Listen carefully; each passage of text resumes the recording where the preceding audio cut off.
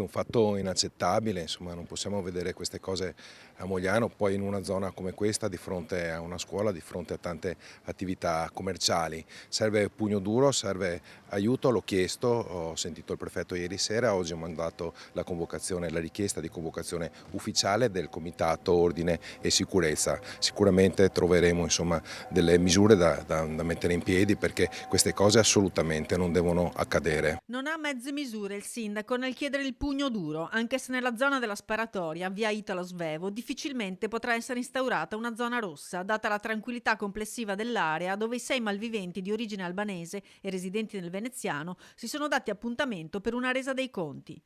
Più facile che venga instaurata in area stazione, ma ora serve agire. Capiremo, insomma, col prefetto, con i comandanti delle varie forze dell'ordine, come intervenire, quali saranno le misure da mettere in atto. Certo è che devono essere misure forti, perché pian piano stiamo vedendo dei segnali che ci preoccupano, e questo è stato veramente un episodio assolutamente da non ripetere, perché fatti come questi a Mogliano non li accettiamo. La sensazione dei cittadini il giorno dopo è da un lato di essere dei miracolati per la scampata strage e dall'altro di non avere più quella sicurezza di camminare tranquilli nemmeno durante il giorno.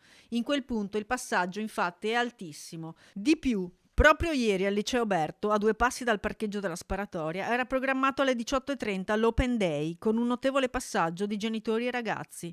Fortunatamente la violenza è avvenuta un paio d'ore prima, altrimenti le conseguenze avrebbero potuto essere ben più gravi. Però ho visto sotto il finestrino la macchia di sangue.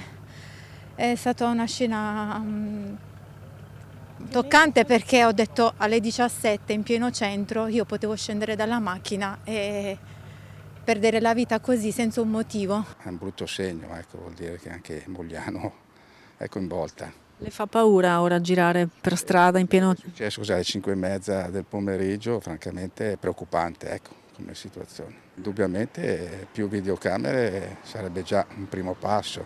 Sì, anche, chiaro, forze dell'ordine, sì, una presenza sul territorio rassicurerebbe di più. Perché questa è una zona tranquillissima e sinceramente, cioè, in un piccolo paese succedono queste cose, fa veramente...